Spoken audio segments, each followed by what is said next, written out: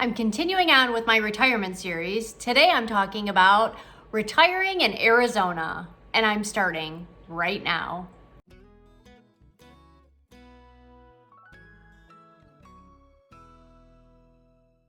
If this is your first time visiting my channel, welcome! I'm so glad you're here. My name is Carrie Jonicas, and I'm a realtor in Chicago's southwest suburbs. Please consider hitting the subscribe button down below and the notification bell to be notified of any new videos that I post. I post new videos every week, and I wouldn't want you to miss out. If you've been here before, thank you so much for stopping by again. If you are considering retiring in Arizona, you definitely want to download my Relocating to Arizona guide. Click the link in the description box down below to get a copy of my retirement worksheet along with a Relocating to Arizona guide. This is one you definitely do not want to miss. I am here today with Trish, and we are talking about retiring in Arizona. Trish, thank you so much for joining me today. Can you tell me a little bit about yourself and the areas that you serve? Yeah. Trish with Realty Executives. I live in sunny Chandler, Arizona, but I do serve all of Maricopa and Pinal counties. It sounds pretty big, but here a lot of people don't actually know when they cross the border from one city to the next. They're pretty intermingled. So that includes Scottsdale, Phoenix, Chandler, Tempe, Mesa, and then Gilberts, and then the West Valley. We have like Sun City, so it's pretty broad. Just to give kind of a overview of all of them as a whole, the main reason we end up with people coming here usually is probably our sunny weather. I feel a little guilty saying that, knowing that we're recording today as much of the country is covered in snow. We like, we'll be like, oh, we got snow, where it like dusted once every 20 years or something like that, but it doesn't even stick. So we don't really get snow here. So that, our warm weather, of course, is our biggest reason that we get people here. As for the different cities, what differentiates them, we definitely, for somebody who likes more of the entertainment type things, whether it's music or arts or events, Scottsdale and Phoenix get a little bit more of those. The rest of the East Valley, Chandler, Tempe, Gilbert, Tempe is known more as a college town, but there's definitely a good portion of Tempe that is not your college town. It will feel much more like Gilbert or Chandler. And those are, as suburbs, they tend to be a little bit lower tax points than some of the rest of the areas, but also have better shopping and kind of other businesses, if you like local restaurants or small mom and pops, versus the West Valley has a little less of that. And then we're seeing a lot more people right now moving even a little bit more south into Pinal County, which is going to be Maricopa, Casa Grande, Coolidge, Santan Valley. And those, for most of us, I'm from the Phoenix area. That feels a little further out of town to us. But they have a lot better price points. So we're definitely seeing, especially for someone who's retiring, where they don't have to drive in somewhere each day, I'm getting a lot more people considering some of those. So those are an option too. Okay. So do you have specific communities that are geared towards 55 and over? We do.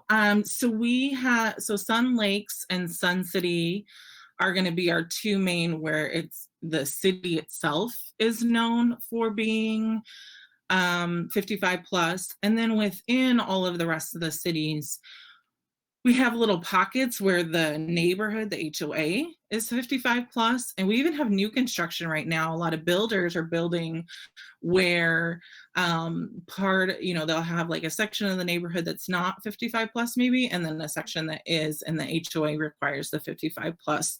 So we do have some areas that are specific to that 55 plus as well. Now, do you find that a lot of your buyers that are retiring tend to go more towards living in a 55 and over community, or do you find, just in your experience dealing with... Yeah, so I've seen a mix of both. It really depends on the person and what they're looking for. Some people really do like that there's, maybe less noise if there's less kids around.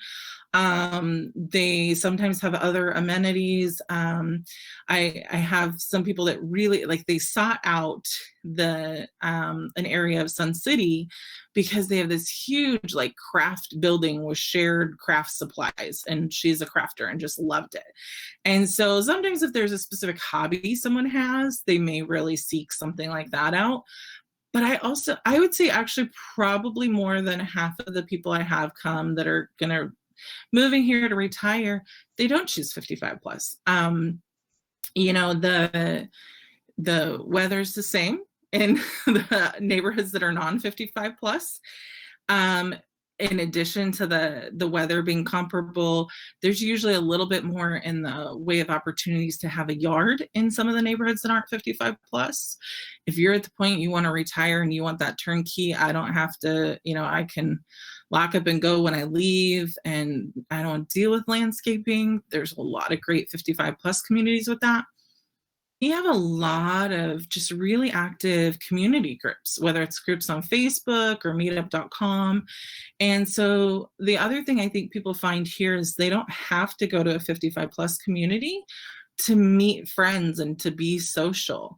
They have the flexibility of any of the neighborhoods and then join these other groups, and they can find based on their interests, if they like golf, if they like, crafts, if they're there's in a more typical time, and hopefully soon, you could probably find somebody to go to lunch with, or a group to go to lunch with or breakfast with every day of the week. There's a lunch bunch group. There's kindness connectors, Gilbert girlfriends. There's just so many different groups that they connect with. So that's great to know.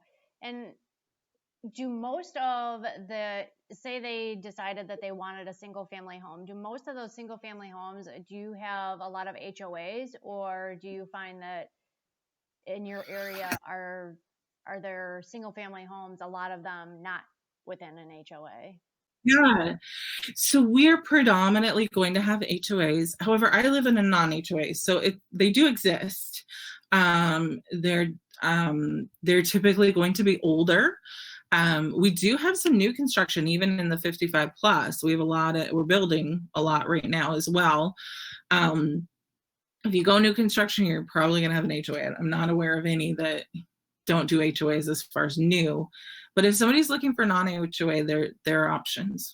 Okay. What do those HOA fees typically look like? I'm sure they can vary just depending on what they provide. Yeah, they really vary. I mean, I've seen some that are like $40 a month or something like that, but they may not do much of anything.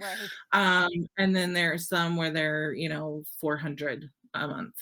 And especially if you're looking at like Sun City, and some of those, the 55 plus, they have a lot more recreation opportunities and they take care of more maintenance, but they're usually going to have a higher HOA. So it's really kind of comes down to matching both those up. Is it worth it to you for what they offer, is what I usually tell people to look at.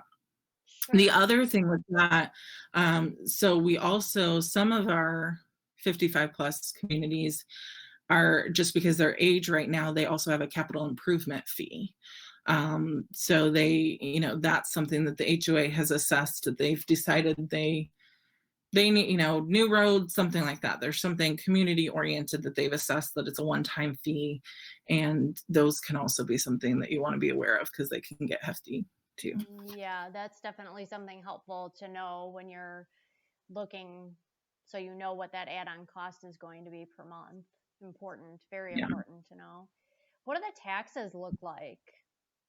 So especially from where you're coming from, we have very low taxes. It's going to vary by city. Phoenix is 0.62 per 100 square feet. And then Chandler's 0.61, which is the national average, I think, is 1.07. Which that puts you, for a median home, for a home that's in the $350,000 to $400,000 range, you're looking at a little bit over $2,000 a year. for your taxes. So Yeah, and it's, that's super cheap. I know, and I was talking to someone else about this recently, and for a $300,000 house, you could be looking at 8 to 9 thousand a year in my yeah, area. So it's just, yeah, the difference just yeah, it's we, unbelievable. so I don't do open houses right now, but when I used to do them, I used to play a game of the people who came in. I would guess if they were coming from Illinois or California, because that was the majority of who came in. And one of the key indicators is once they started talking tax rates, it actually was usually Illinois. Yes. But yeah, that is one of the big reasons we get people moving here from Illinois is the difference in, you get a lot more house Oh for, yeah, for bank sure. because they're paying less, and they vary a little bit by city, but they're not going to be a huge variance. I will also say we have a couple of cities, and this is something I always point out to people if they're looking at it, where they have a facilities district, which is the developers took a loan from the city essentially to develop the area, and it's paid back through taxes on the homeowners, and so they have a special tax, and the main ones we have for that are going to be for us in East Mesa, which is Eastmark and Cadence.